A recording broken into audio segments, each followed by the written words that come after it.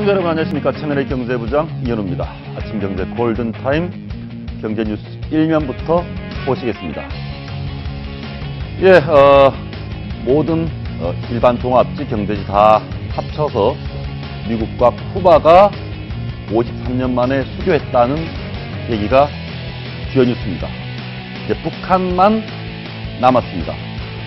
과거에 쿠바가 핵무기를 쏠지도 모른다, 어떤 무장을 할지도 모른다 계속 비료했던 미국이 쿠바 공세에 실패했다, 그렇게 해서 손을 잡았습니다. 북한과 미국과의 관계는 어떻게 될까요? 마지막 남은 북한 기대해 보겠습니다.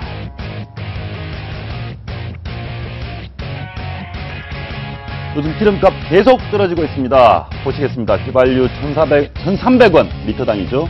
밑으로는 못 가는 이유가 있었습니다. 바로 세금입니다. 국제유가가 배럴당 지금 140달러에서 30달러까지 거의 4분의 1, 5분의 1로 떨어지더라도 리터당 세금이 거의 900원. 그래서 이론적으로 이 세금 때문에 1,300원대 리터로는 갈 수가 없습니다. 현재 1,400원대 주유소가 빠르게 확산되고 있습니다. 이론적으로 가장 낮아질 수 있는 가격은 리터당 1,308원 정도입니다. 다음 소식입니다. 가구 공용, 전 세계에서 가구를 가장 많이 파는 이케아가 한국에 상륙했고, 이 보이십니까? 첫날 모습입니다. 강추위 속에서 너무 많은 사람이 와서 이케아 측에서 입장객 수를 세는데, 쉽게 하는데 아예 포기를 했다고 합니다. 가격은 괜찮았는데 서비스는 그만 교통은 지옥이었다고 합니다. 서비스도 친절하지 않았다고 하는데요. 이 가구 공용 한국에 도움이 될지, 우리나라 영세 가구를 다 어렵게 만들지 한번 지켜봐야겠습니다. 자, 보이십니까? 엘리베이터가 이제 옆으로도 움직입니다. 저렇게 돼서 지금처럼 줄로 끄는 엘리베이터가 아니고 엘리베이터가 이제 옆으로도 움직이는 시대가 왔습니다. 이렇게 되면 엘리베이터가 이동하는 그 공간 안에, 그 터널 안에 굉장히 많은 엘리베이터가 있을 수가 있고, 엘리베이터 대기 시간을 3분의 1로 줄일 수 있다고 합니다. 건물과 산업의 혁명적 변화라고 하는데요. 독일 회사가 지금 공사하고 있습니다. 1년 남짓이면 옆으로도 움직이는 엘리베이터, 대기할 필요가 없이 15초 내로 다가오는 엘리베이터가 설치되게 될 것 같습니다. 이 내용과 함께 잠시 자세한 내용 보시고요. 주요 경제지표 보시겠습니다.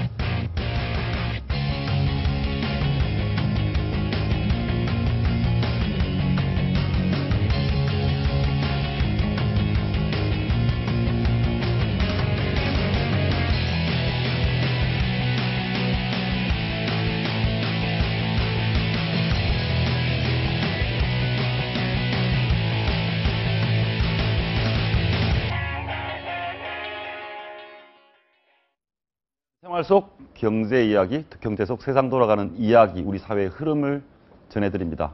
오늘 아침 뉴스 배병휴 경제풍월 대표, 정철진 경제 칼럼니스트 함께합니다. 어서 오십시오. 네, 안녕하십니까. 대표님께서 땅콩 회항 보시면서 웃으시는데요. 조현아 전 대한항공 부사장에게 쏟아졌던 비난과 비판, 대한항공에 대한 분노 많았는데, 좀 다른 얘기가 나왔습니다. 제가 이 단체가 정확하게 무슨 단체인지 모르겠는데, 조연아를 마녀 사냥하고 있다. 여자기 때문에 더 괴롭히고 비난하는 거 아니냐.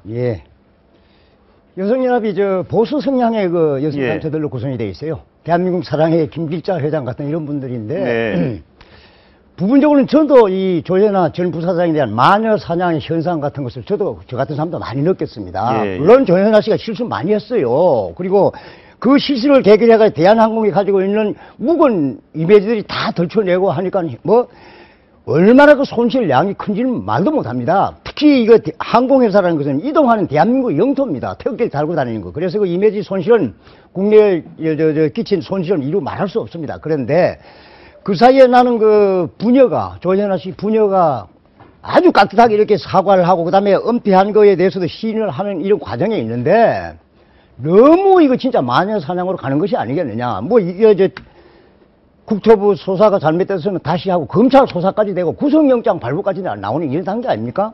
죄를 회피하려고 하는 건 아니다 이런 얘기입니다.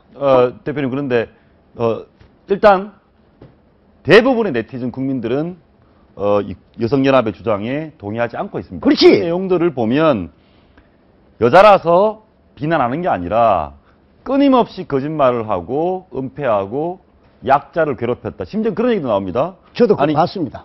조연하면 여성이냐, 조연아 이 체제 하에서 힘들었던, 무릎 꿇었던 여성 성무원들은 인권이 아니냐.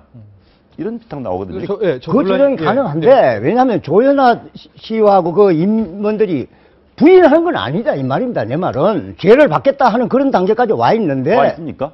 아니, 난 지금 언론 단계를 보면 처음에는 거짓말하고 은폐를 냈습니다만은 국토부도 수사를 다시 해가 검찰까지 넘기고 이제는 구속영장 발부까지도 얘기되고 있는 단계 아닙니까? 그래서 죄를 회피하려고, 초기에는 그렇게 했습니다만 죄를 회피하려고 하는 단계가 아닌데 너무 지나치게 여론이 확대해 가니까 보수 성향의 여성 연합 쪽에서는 너무 지나친 마녀 사냥이다 이런 말도 나올 수 있다고 저 같은 사람은 부분적으로 동의를 한다 이 말씀입니다. 저 약간 정리해야 될 것 같은데요. 논란이 좀 있었던 게 아마 저 여성연합 측의 저 메일이 모든 뭐 기자들 웬만한 사람들한테 다 간 것 같은데 19개 단체한테 기사 나오자마자 항의 전화가 막 빗발쳤다고 합니다. 그래서 결과적으로 다시 나왔는데 이게 이제 모든 19개 단체가 한 게 아니다. 한두 개 단체에서 그냥 전체 여성연합의 이름을 걸고 한 것이다라고 또 이 정정보도를 해달라는 얘기까지 지금 나왔기 때문에 해달라. 일종의 저 마녀사냥 논란이 해프닝으로, 그러니까 여성연합은 공식적으로는 마녀사냥으로 생각하지 않는다. 이제 이게 어제 마음 최종. 하나만 더 의견을 좀 물어보겠습니다.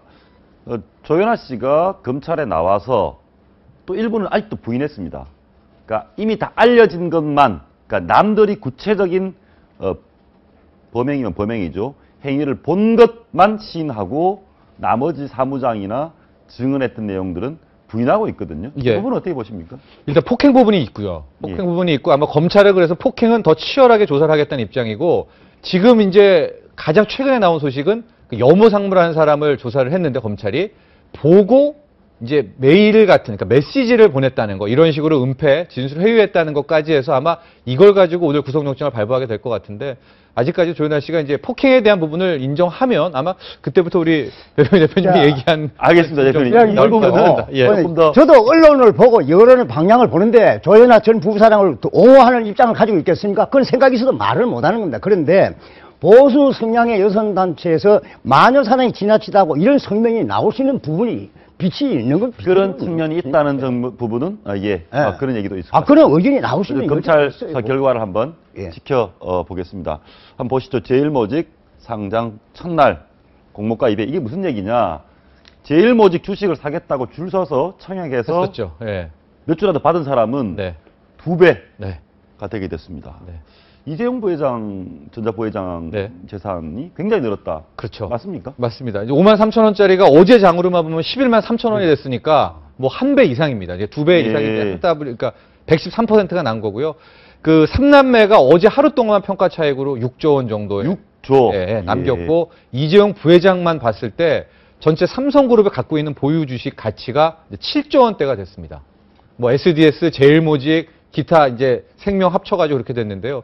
삼성 이건희 회장이 1등입니다, 현재. 11조. 그다음에 이재용 회장이 7조로 2위, 이제 3등이 아모레퍼시픽의 서경배 회장, 이제 4등이 정몽구 회장. 거의 압도적으로 된 거죠, 이재용 압도적으로 됐다.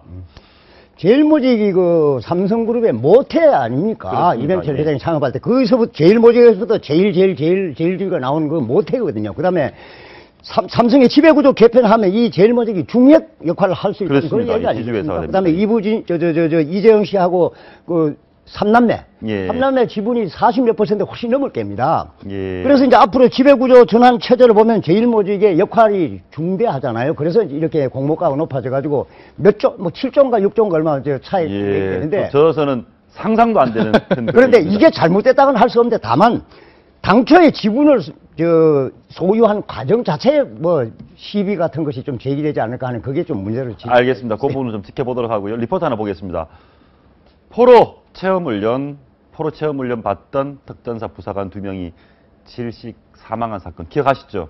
훈련 중에 사망했는데 당시 유부남인 훈련 교관이 내연녀와 휴대폰 통화하는데 정신이 팔려서 살려달라는 절규를 외면한 것으로 드러났습니다. 군은 한 통속으로 이런 사실을 숨기는데 급급한 것으로 드러났습니다. 손효주 기자의 단독 보도입니다. 지난 9월 2일 특전사 하사 2명이 훈련 중 사망하자 무리한 포로 체험 훈련에 대해서만 논란이 일었습니다. 당시 군은 교관들은 상황실에 있었다며 관리 감독에는 큰 문제가 없었다고 해명했습니다. 안전조치는 해관 교관들이 특전사에서 20여 년 이상 오랫동안 근무한 베테랑들입니다. 그러나 채널A가 입수한 피의자 신문조서에는 교관들의 기강해이가 심각했던 사실이 드러나 있습니다. 교관 4명 중 책임교관인 유부남 김모 원사가 훈련병 상태를 살피기는커녕 죽은 하사들이 절규를 시작한 오후 10시부터 사망 직전까지 수십 분간 상황실 안팎에서 내연녀와 통화를 했던 겁니다. 애초 특전사 검찰부 조사에서 김 원사는 누구와 통화했었는지 모르겠다고 발뺌하더니 추궁이 계속되자 여자친구라고 실토했습니다. 후배 교관들이 사고 직전 일부 대원들이 훈련이 힘들어 포박을 직접 풀었다는 사실을 보고하려 했지만 김 원사가 계속 통화를 하는 바람에 보고하지 못해 참사로 이어진 사실도 드러났습니다. 그러나 지난 4일 열린 교관 4명에 대한 재판에서 군 검찰과 판사는 이런 사실을 언급하지 않았습니다. 군 검찰은 김 원사에게 징역 3년을 구형하는 데 그쳤습니다. 이에 대해 육군은 김 원사 사생활이어서 외부로 알리지 않은 것이지 은폐 의도는 없었다고 해명했습니다. 채널A 뉴스 손효주입니다. 훈련 인원이 있어가지고 저희들이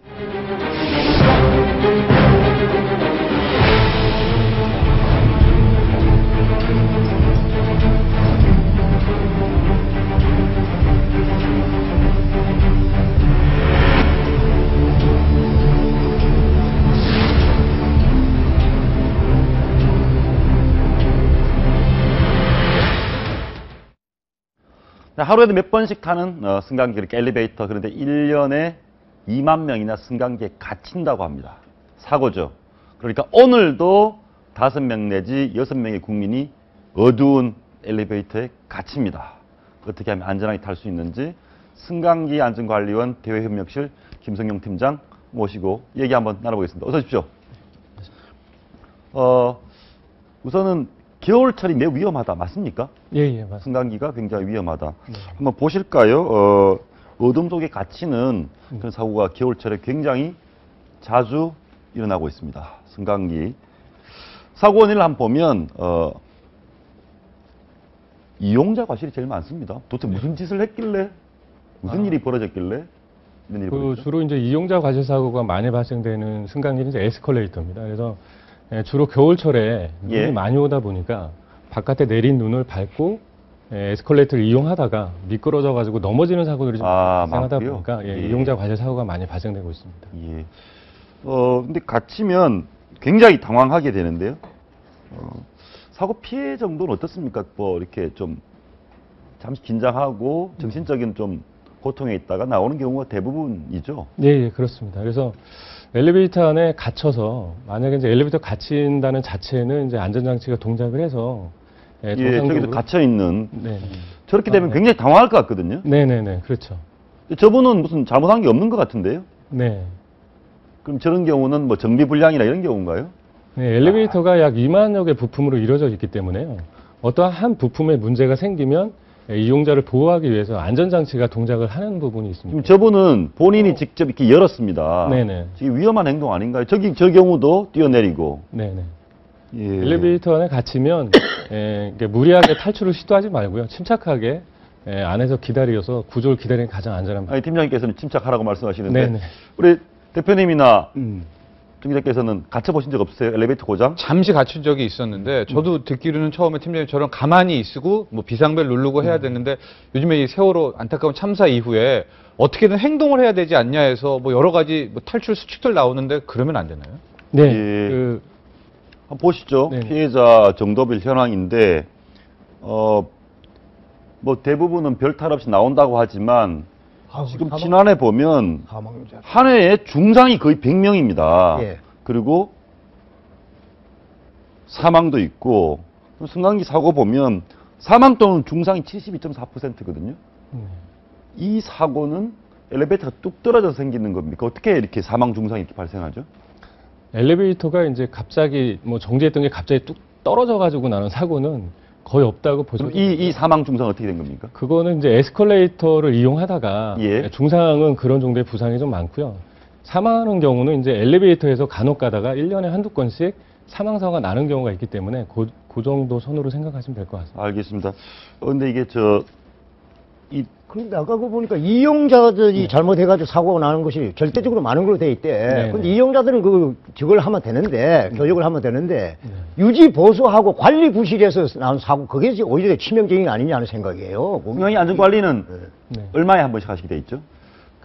이제 승강기 관리 주체라고 하거든요. 승강기 예. 소유자나 관리하는 사람들이 해야 될 의무사항이 있습니다. 그래서 승강기 시설안전관리법에 정해져 놨는데 일단 건물의 안전관리자를 선임을 해서 승강에 대한 일상 점검을 하게 돼 있고요. 예. 또 월 1회 이상 자체 점검을 의무화해놨습니다. 그리고 또 1년에 한 번 법정 검사를 받게끔 돼 있기 때문에 그렇게 유지 관리를 계속 해오고 있습니다. 그렇게 예. 정기적으로 검사를 하는데도 네. 한 해에 이렇게 많은 사람이 중상 사망을 한다면 그거 물어보겠습니다.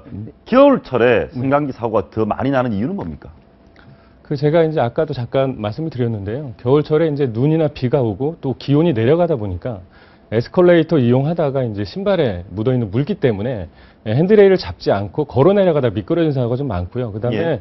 엘리베이터 같은 경우는 이제 기계실에 가장 중요한 제어반이라고 하는 부품이 기계실 안에 있습니다. 그래서 기계실에 실온이 내려가게 되면은 거기 안에 들어있는 어떤 반도체 소자나 이런 부분들이 노동작이 날 수가 있어서 고장의 원인이 되기 때문에 기계실 온도는 승강기 검사 기준에도 5도에서 40도 이하로 유지하도록 그렇게 그러니까 너무 추워서 기계가 네. 고장 날 수도 있다. 네네. 알겠습니다. 안전 점검 이걸 너무 형식적으로 한 그런 경우도 적지 않을 겁니다. 그거 체크해 보십시오. 예. 문서상으로 체크를 하고 아주 형식적으로 하는 그런 사례가 적지 않다고 저는 듣고 있었어요. 예, 충고를 해주셨는데 그런 얘기가 있다. 재밌었던 게 재밌다고 하면 안 되죠. 이 사고가 자주 나는 시간대가 있다면서요? 아무래도 이제 승강기 이용량이 많아지는 시간대가 좀 아무래도 고장이나 이런 부분 많이 나는 시간대. 10시? 한번 보시겠습니다. 이게 비율로 보니까 저녁 10시까지? 저녁 8시에서 10시에 주로 많네요. 왜 그렇습니까? 퇴근 집에 가다 그런가요? 그렇죠. 퇴근을 하고 나서 또 퇴근 이후에 어떤 뭐 마트라든지 이런 쪽에 활동이 많은 시간대다 보니까 그 시간에 좀 고장이나 이런 부분이 좀 많이 발생하는 거죠. 알겠습니다. 엘리베이터 안에 갇혔다. 네. 어떻게 해야 됩니까?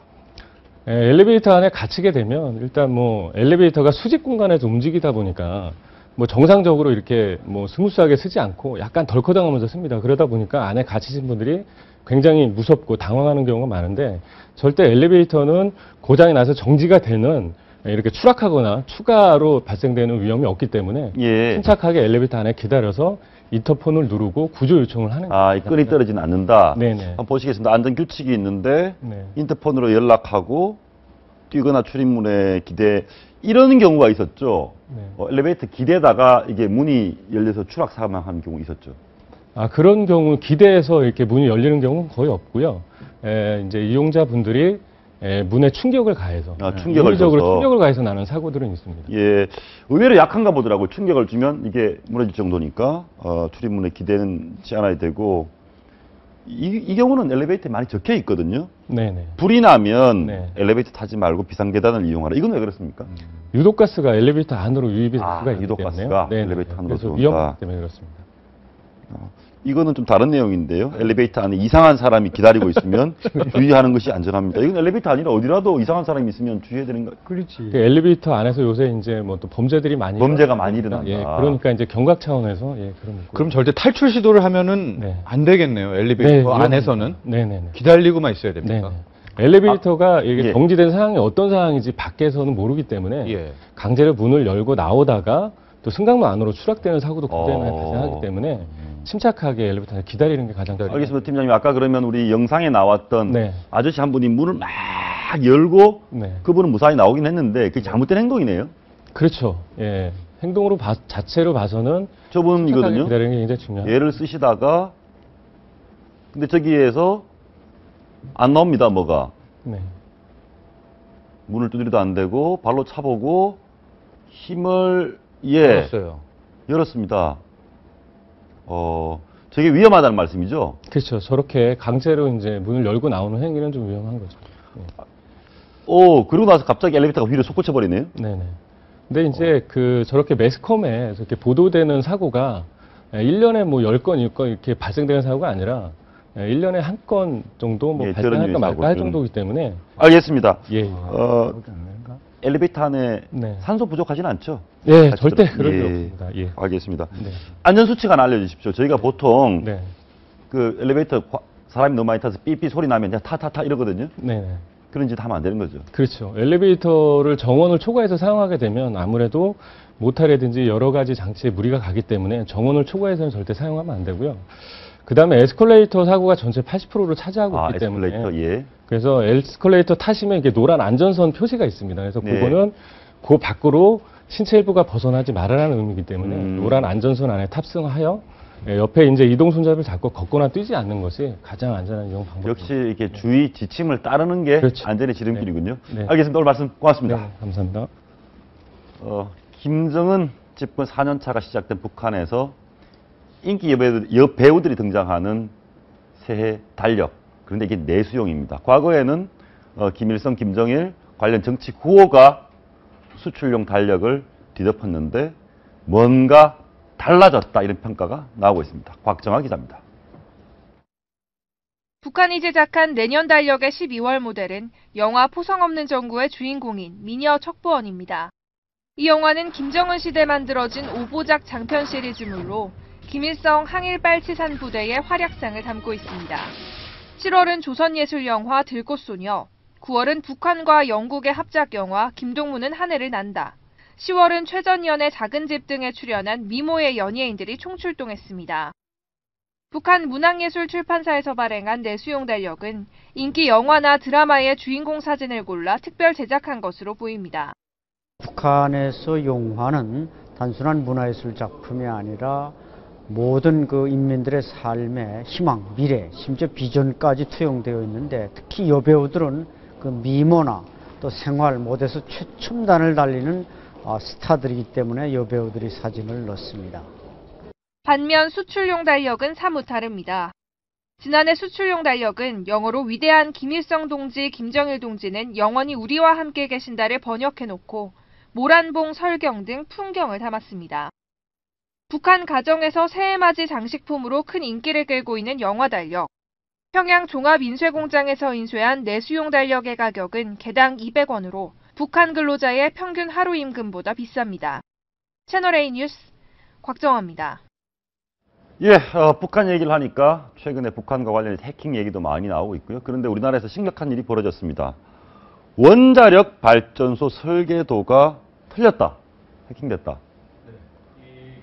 사안을 지켜봐야 될 것 같은데 굉장히 심각한 문제입니다. 사건은 이제 해커, 아이디가 Who am I입니다. 그러니까 내가 누군 줄 아느냐라는 해커가 고리와 월성 원자력 발전소에 해킹을 시도해가지고요. 지금 나온 게 이 설계도, 주요 기기 개통도, 직원들 인적 신상사항, 관련 자료들을 모두 다 해킹을 했고요. 이거를 이제 외부에도 몇 차례 공개했다가 지금은 그 블로그 폐쇄돼 있는데 일단은 뭐 핵심부가 뚫렸다 이렇게 봐야 되는데 이 사건 즉시 이제 한국수력원자력 측에서는 이게 대단한 자료는 아니었다. 2009년에 직원용, 교육용으로 했던 거고 아웃라인만 잡았던 거고 핵심 자료는 빠졌다고 하는데 이거는 아마 지금 더 확인을 해봐야 될 것 같습니다. 아니 근데 이거 국가 기밀이 누출됐다고 하면 걱정이 되는데 누가 가지고 간 겁니까? 그러니까 그 후에마이라는 그 해커를 쓴 사람이 원자력에 반대를 해왔던 집단들에 대해서 집단에서 우리가 대표한다라고 얘기를 했고요. 해킹과 함께 마지막 남은 또 메시지가 굉장히 우리가 주의를 해야 될 것 같은데 여기서도 원전 개발을 멈추지 않을 경우에는 자동 제어를 통해서 이 안전장치를 풀겠다 이렇게 얘기했습니다. 이게 다 디지털로 돌아가니까. 그럼 원전을 공격하겠다는 얘기. 공격하겠다는 얘기입니다. 그러니까 예. 방사능 유출 이런 것까지 할 테니까 각오해라. 라는 2차 경고까지 좀 날린 상태입니다. 대표님. 야, 이런 사태가 또 벌어질 수 있네요. 아니, 근데 이렇게 국가 기밀, 예. 국민의 엄청난 안전과 관련된 내용이 이렇게 허술합니까? 그렇습니다. 이렇게 쉽게 뚫립니까? 예. 한수원의 경영도 문제지만은 원전 설계도 자체가 틀렸다는 것이 얼마나 심각한 문제인 겁니까? 기업체, 모든 기업체에서 인류 기업체 가보세요. 보안이 얼마나 철저한데. 한수원은 그보다 더 해야 되는 기관입니다. 난 예. 기술적인 그 자체는 모르겠습니다만 어쨌든 원전 설계도가 틀렸다는 것은 한수원의 장계, 전립 기반 자체가 무너진 겁니다. 모르겠어요. 난 더 이상 어떻게 방어할 수 있는 뭐 체제가 있을는지 모르겠습니다만 이게 뜯어 고쳐야 돼요, 빨리. 하루 시각을 다투는 문제라고 봐요, 저는. 근데 해킹, 혹시 그런 거 어떻습니까? 지금 북한이 북한 김정은 암살 영화 만든 소니도 해킹하고, 우리나라의 은행도 공격하고, 혹시 북한이 우리 원자력 발전소 원전 관련을 공격했다. 이건 굉장히 위험한 경우 아닙니까? 그렇게 된다면 위험하겠지만 이제 검찰 수사를 봐야 되겠지만 저 수준이나 이런 게 아마도 굉장한 걸로 수준인 걸로 봐서 이제 원전에 대한 반대하는 그런 쪽 세계적인 연합 세력이 아닐까 이런 추측이 지금 가장 다수설인 것 같습니다. 알겠습니다. 걱정되는 소식인데 빨리 검찰이 조사를 해서 밝혀냈으면 좋겠고요. 조금 반가운 얘기 하나 해보겠습니다. 기름값 엄청나게 떨어지고 있습니다. 불과 며칠 전에 1,500원대, 불과 엊그저께 1,400원대, 이제 1,300원대 주유소가 나왔습니다. 네. 휘발유 리터당 1,385원이고요. 예. 충북 음성군 감곡면에 위치한 이제 S 주유소인데요. 예. 1,385원이다. 야, 정말 대단한 1,385원. 거죠. 예, 1,385원. 근데 저는 엊그제 넣었는데도 1,900 얼마 이렇게 넣었는데 어떻게 1,300 상상도 지금 못하고 매일매일 폭락하고 있습니다. 그렇죠. 예. 많이 아직 안 내리고 있어요. 서울에서는 모르겠어요. 저기는 재고 부담을 그렇습니다. 서울의 평균 가격은 1,700원대고요. 전국 평균은 1,600원대. 대표님, 서울 평균도 이제 1,600원대로 곧 갑니다. 그렇게 떨어질까요? 1,300원대면 예. 제가 불과 기억에 얼마 전에 제가 2,300원에 넣은 기억이 있거든요. 그렇지. 좀 비싼 곳에서 1,300원대 어디까지 떨어집니까? 근데 떨어지는 게 아마 1,300원대가 마지막이 아니냐라는 분석이 주요합니다. 이게 왜냐면요. 우리 기름 넣을 때 800, 900원이 세금인데 예. 그 세금은 이 절대액입니다. 즉 비율에 따라서 떨어지는 게 아니라 교통세는 얼마, 교육세는 얼마, 주행세는 얼마 이게 각 항목이 절대액으로 잡혔기 때문에 일단 세금만 일단 900원 내는 거 아닙니까? 근데 거기 정유사 마진, 수출 원가 이런 게 있기 때문에 다 감안해서 아무리 유가가 떨어져도 1,300원 밑으로는 이제 못 내려간다. 제 상식으로는 1,000원짜리 물건에 500원 세금 붙는 건 이해가 되는데 510원짜리 물건에 500원 세금이면 안 되지 않습니까? 그렇죠. 그런데 지금 현재는 이제 교통세가 529원이라는 게 착 박히고 나서 거기서부터 비율로 삼각되기 때문에요. 교통세로 움직이지 않으면 힘들어집니다. 보시는데 휘발유 붙는 세금인데요. 리터당 1,680원인 경우를 기준으로 했습니다. 교통세 529원, 이 세금의 15%, 26% 이렇게 해서 890원, 이게 53%인데 이게 리터당 1,300원 정도가 되면 사실상 이게 세금이 휘발유 가격의 거의 70%까지 그렇죠. 됩니다. 예. 우리나라 세금 체제를 보시면 예. 자동차하고 휘발유나 이런 거는 세수 산업시 하고 있어요. 세금을 거둬들이는 산업으로 돼 있어요. 자동차 가지고 있어도 보유세 있고 달리면 주행세 있고 휘발유도 마찬가지 아닙니까? 휘발유 속에 교육세, 농어촌까지 다 붙이잖아요. 그런데 원유 가격이 올라가 가지고 소비자들이 굉장히 부담이 지을 때 정부가 세금 하나도 깎아주지 않았어요. 그렇잖아요? 그렇습니다. 내렸을 때도 안 깎아주잖아요. 그래 정부가 선택을 해줘야 돼요. 원유값이 올라가가지고 할 때는 좀 세금을 낮춰가지고 소비자 가격을 깎아주고 지금은 뭐 반대가 되겠습니다. 알겠습니다. 근데 그거 안 해줘. 어떻게 정책 변화가 있는지 기대를 한번 해보고요. 자, 공룡 가구 공룡 이케아. 어제 영하 10도까지 떨어지는 그 혹한에 이 이케아 첫 공장을 처음 열었는데 사람이 너무 많이 와서 나오고 있습니다. 사진. 사람을 몇 명 왔는지 계산을 실패했다. 예. 그 정도로 몰렸다고 하네. 전 이케아답다는 생각도 해봤습니다. 만약에 국내 유통업자면은 막 기자들이 전화해서 몇 명이 하면 어떻게든 알려줘야 됐을 건데 이케아는 너무 많아서 못 셌다. 이렇게 정말 자신감을 보였는데. 아니, 이케아가 뭐가 그렇게 매력적이길래 가구 사러 영하 10도에 가구 사러 줄을 섭니까? 네, 가성비라고 하죠. 가격 대비 성능, 가격 대비 디자인인데 아마 가격 대비 성능과 디자인 부분에 있어서는 어제도 그렇고 많은 소비자들이 좀 인정하는 부분인 것 같은데요. 예. 네. 그러나 우리나라의 성공 여부는 좀 문제가 있는 것 같습니다. 이 핵심이 뭐냐면은 조립 및 배송할 때 돈을 받고 설치와 조립할 때 또 돈을 받습니다. 근데 그게 이게 배송하는 게 한 29,000원, 설치 배송에 또 4만 원, 4만 원. 그러니까 만에 하나 남편이 이렇게 픽업 트럭 가지고 이걸 갖고 오지 않는 이상 주부 혼자 가서 사게 될 경우에는 웬만한 가구 하나 살 때 거의 10만 원 가까이 붙는 거거든요. 조립도 자기가 못하니까 잘. 그래서 가격 경쟁력이 있을까 이런 의문도 있어요. 결국 저는 그 이케아라는 브랜드를 모릅니다만은 저렇게 소비자들이 이 추운 겨울에 가서 막 때려 가는 걸 보면 이케아를 잘 아시는 소비자들이 많은가 보죠. 예. 그런데 저렇게 인기가 있는 저 가구를 판매하려면 오픈하자면 좀 사전에 준비를 좀 철저하게 해가지고 이런 사태는 벌어지지 않도록 해야지. 그거 잘못했구만 이게. 알겠습니다. 그 얘기 마지막으로 한번 질문 좀 드려보겠는데요. 이런 엄청난 가구 공룡이 오면 우리나라 영세 가구업자, 영세 매장 다 문을 닫아야 되는 거 아닙니까? 그렇습니다. 바로 저 광명에는 광명 사거리에 가구가 있는데 상생 협약을 수차례 했는데도 잘 안 됐습니다. 그래서 마지막 남은 타협안이 그 지하 3층인가 거기에 이제 어쨌든 그 가구 중소 가구의 어떤 전시장을 들여놓은 정도였었는데 저는 상생에 있어서도 이케아답지 못했다. 그런 부분 좀 아쉽습니다. 알겠습니다. 어떻게까지 전개될지 걱정입니다. 저희가 그저께 알려드렸습니다. 새정치연합 문희상 비상대책위원장이 대한항공 측에 처남 취업을 부탁했고 그 처남이 8년 동안 일하지 않고 8억 받았다. 이런 소식이 알려졌습니다. 시민단체가 검찰에 문 위원장을 고발했습니다. 서완환 기자의 단독 보도입니다. 대한항공 조양호 회장에게 처남의 취업을 청탁한 문희상 새정치민주연합 비상대책위원장에 대해 검찰이 수사에 착수했습니다. 문 위원장의 처남이 미국의 대한항공 관련 업체에서 일을 하지 않고 74만여 달러를 받았는데 제3자 뇌물제공죄가 될 수 있다는 것입니다. 보수시민단체 한겨레 청년단이 문 위원장을 서울 남부지검에 고발했고 검찰은 이 사건을 서울중앙지검의 특수부에 해당하는 형사 6부에 배당했습니다.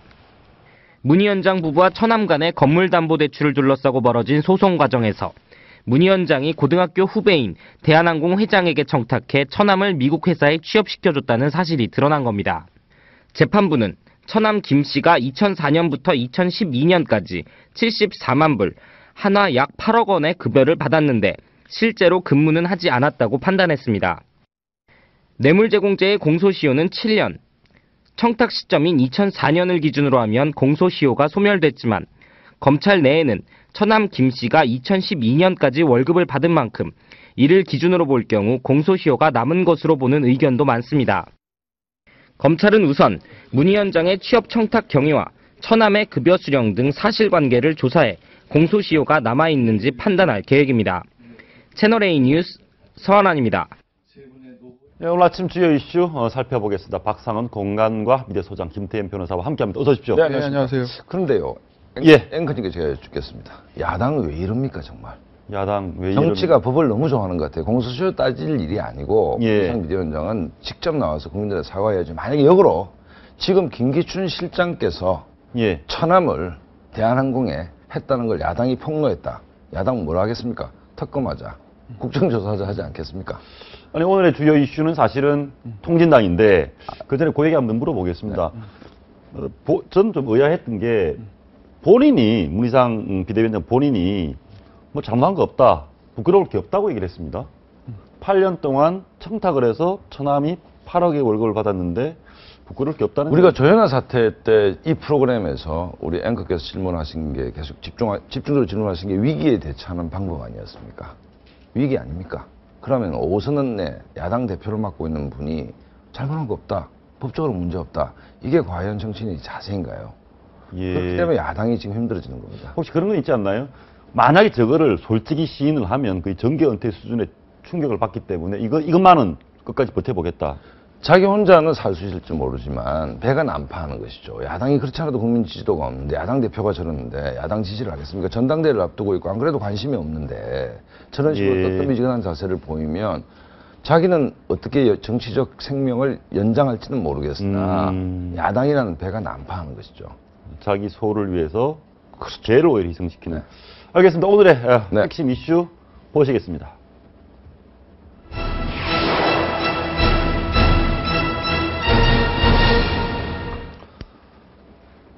정말 운명의 날이 밝았습니다. 통진당 운명 오늘 결정됩니다. 헌법재판소 재판관이 몇 명이? 9명이죠. 그 중에 몇 명이 6명이죠. 6명이 해산 결정을 해야 6명이 해산 결정을 해야 된다. 6명 충족해야 된다. 예, 6명이 해야 된다. 6명이 하는데 쟁점. 예. 그러니까 뭘 기준으로 해산하라 마라를 결정합니까?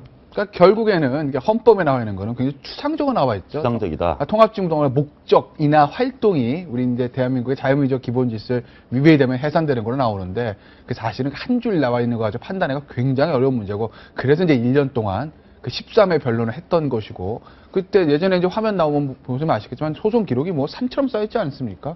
그래가지고 이제 양측의 치열한 공방이 있었고 그걸 이제 판단하게 되는 것이죠. 이미 뭐 결정은 내려줬고 며칠 지난주인가 지지난주에 이제 헌법재판소 평이라고 하거든요. 9명이 모여서 의견을 맞춘 날이 있는데 그날 실제적 결정이 됐습니다. 그리고 나서 이제 오늘 선고를 하게 되는 것이죠. 알겠습니다. 통진당 해산의 주요 심판 쟁점을 보니까 첫 번째가 이런 겁니다. 통진당 강령이 헌법에 위배되나? 네. 이거를 진보적 민주주의가 이제 핵심이죠. 이제 민주적 기본 질서, 그러니까 헌법적 가치를 훼손하고 있는 진보적 민주주의가 뭐냐? 그러니까 이러면 진보와 민주를 합쳐놓은 거 아니냐? 이 진보의 내용이 뭐냐인데 기본적으로 이제 정부에서는 이 진보가 북한의 대남 혁명 전략, 예를 들어서 그 북한 노동당의 어떤 진보적 민주주의라는 것은 반제 반봉건 혁명론이거든요, 사실은. 예. 그다음에 1990년대 김정일이가 우리식 사회주의 민주주의를 진보적 민주주의라 칭한다, 뭐 이런 얘기가 있으니까 북한 노동당이 말하는 진보적 민주주의를 그대로 카피한 거 아니냐라고 예. 정부는 보고 있는 것이고, 예. 그다음에 통합진보당은 이름은 그대로 진보적 민주주의다, 뭐 민중, 서민, 뭐 가난한 사람을 중심에 놓는 민주주의다라고 얘기하고 있기 때문에 이게 이제 일단 그 이론적 쟁점이죠. 알겠습니다. 진보적 민주주의를 구성한 요소들이 있거든요. 예. 이제 북의 이제 노동당 강력에 있는 진보적 민주주의 구성 요소랑 통합진보당 진보적 민주주의 구성도 거의 동일해요. 그리고 이제 왕재산 간첩 사건이 있잖아요. 거기 수사 기록 보시면은 진보적 민주주의가 강령의 진보당 강령에 들어오는 과정들이 있거든요. 거기 보시면 이제 북에서 어떤 지령을 왕재산 쪽 지령을 받아가지고 그 강령이 통합진보당으로 내려온 어떤 과정들이 나와 있기 때문에 진보적 민주주의가 어떤 북의 어떤 진보적 민주주의를 차용한 거라는 걸 입증하는 데 무리는 없을 거예요. 알겠습니다. 굉장히 뭐 여러 가지 복잡한 사안들이 네. 있는데 직접적으로 한번 물어보겠습니다. 네. 본인이 현재 재판관이시면 굉장히 고민할 것 같아요. 불면의 밤을 여러분 보낼 것 같아요. 이게 지금 역사상 유례가 없는 일입니다. 그러니까 예. 우리 김태현 변호사 계시지만 법조인들은 판례, 케이스를 중요시하지 않습니까? 케이스가 없습니다. 사실상. 1950년대 독일에서 공산당 해체한 거 외에는 없는데, 그러니까 이 지금 헌법재판소라는 게 이제 국민들로부터 뭐 사실 관심의 대상이 되긴 힘들지 않습니까? 예. 이거는 역사책에 남을 수 있는 이 9분이 역사책에 정당을 해산한 거니까. 그러니까 너무 어려운 질문을 드렸나요? 그러면 이번 판결 어떻게 날 것 같습니까? 예상을 좀 해주시죠. 지금 그 예상하는 게 적절한가요? 이게 제가 살 때 방송에서 지금 이 예상을 하는 게 적절한지는 제가 잘 모르겠는데 예. 저로서는 잘 모르겠습니다. 그러면 예상은 하지 않더라도 이렇게 할 수 있습니다. 헌법재판관 출신별로 한번 보시겠습니다. 네. 출신별로 보면 이게 어떤 결과가 나올지 예상을 좀 해볼 수 있거든요. 일단 판사 출신이 좀 많고요. 네. 그죠? 우리가 이제 출신들을 따지는 이유가 뭐냐면 그 헌법재판소가 사실은 어떻게 보면 대법원과 좀 틀립니다. 여기 나오고 있는데 일단 6명이 보수로 되어 있고 2명이 진보로 되어 있고 1명이 중도로 되어 있습니다. 6명 보수는 박근혜 대통령, 여당, 또 대법원장이 임명한 6명.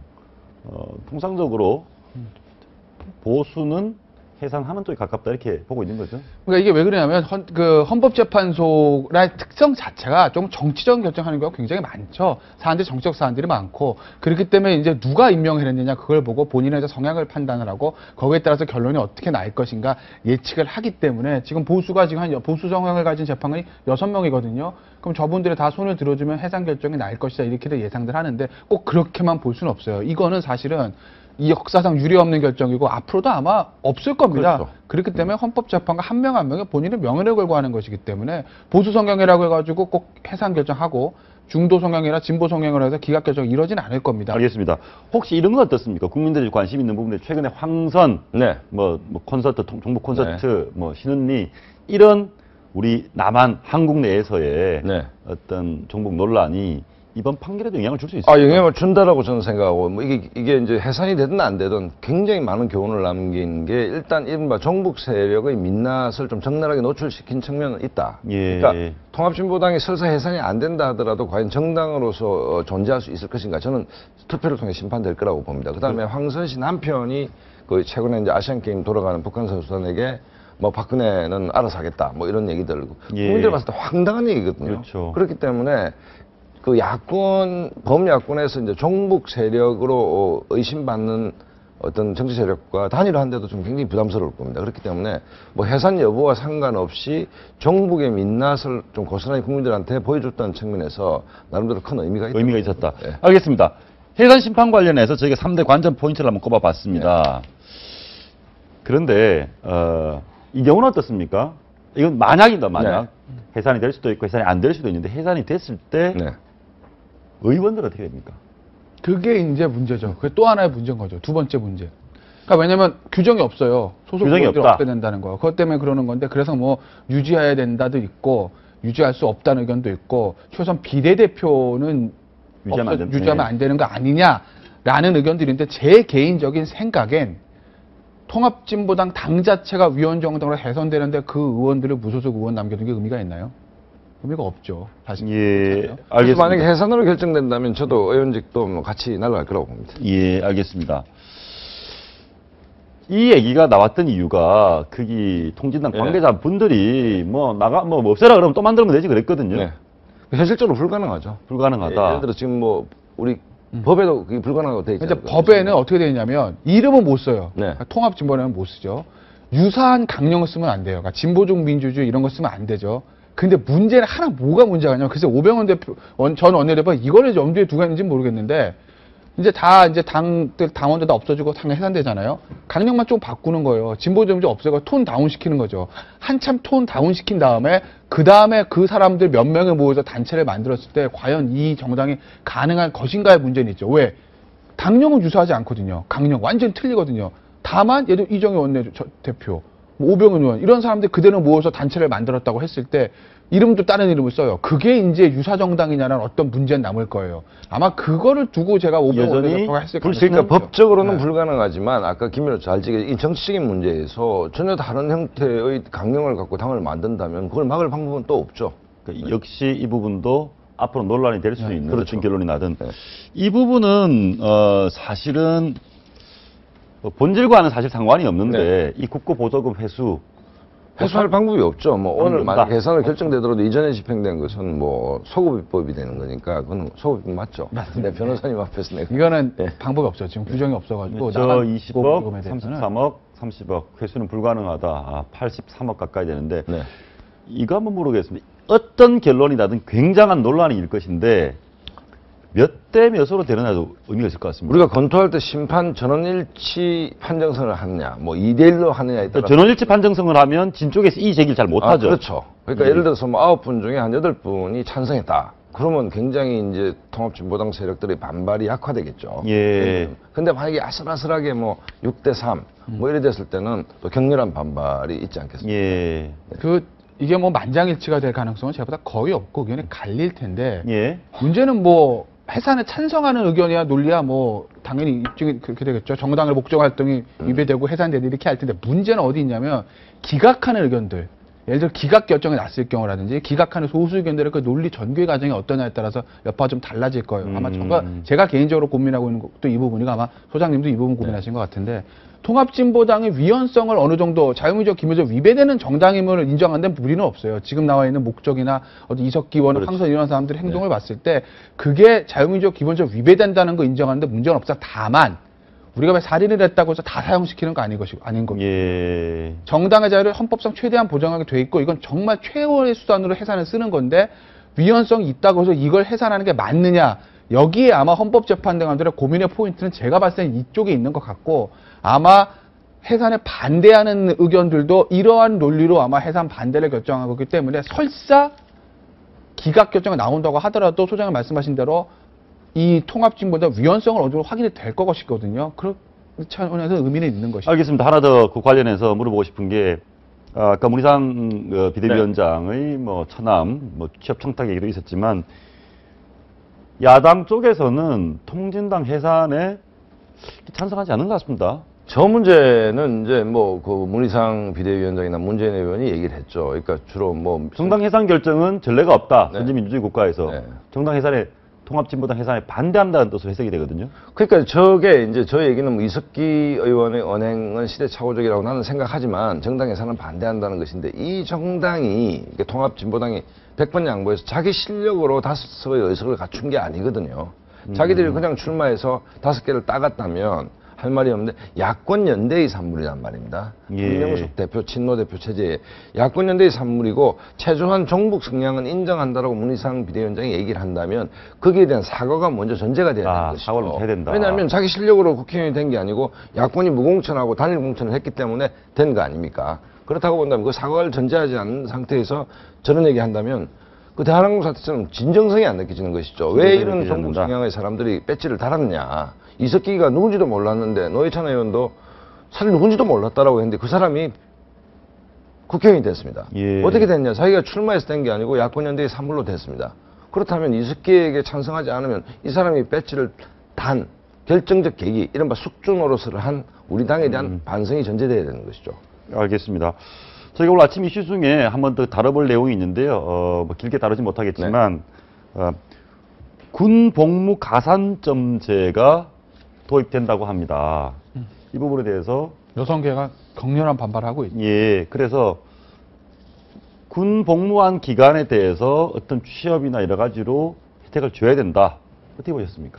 이게 이제 여성계가 반발하는 이유가 옛날에 유사한 제도가 헌법재판소에서 아마 위헌 판결이 났었어요. 근데 그때 차이는 뭐냐면 그때 이제 공무원 시험 볼 때 가산점 5%를 주기로 했었거든요. 예. 그게 이제 위헌이 났는데 그때 위헌 났던 얘기들이 뭐였냐면 목적은 좋다 이거예요.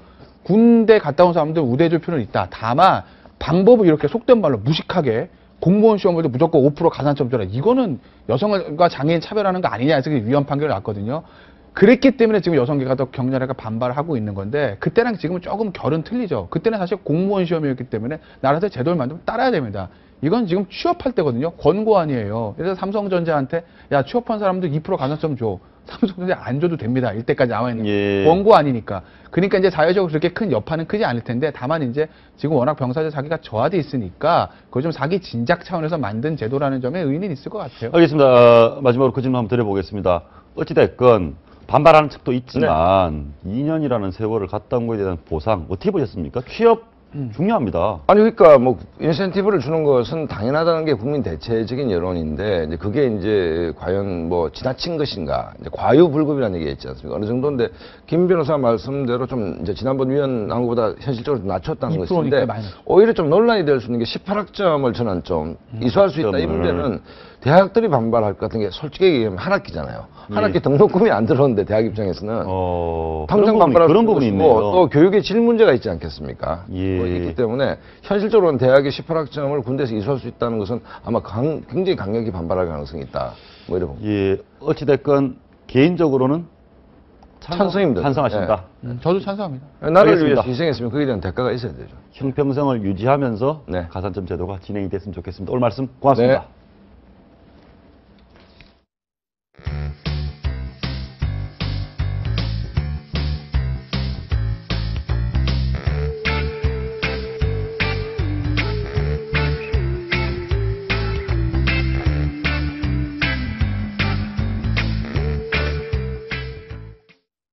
어제 서울 세종문화회관에서 독특한 출판 기자 간담회가 열렸습니다.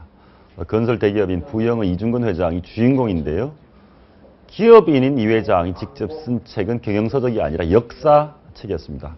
요즘 삼성, 현대차 같은 대기업 입사 시험 때도 역사 문제가 꼭 나온다고 합니다. 오늘의 위기를 벗어나기 위한 해답, 역사 속에서 찾아보는 건 어떨까요? 그런 메시지가 아닐까 싶습니다.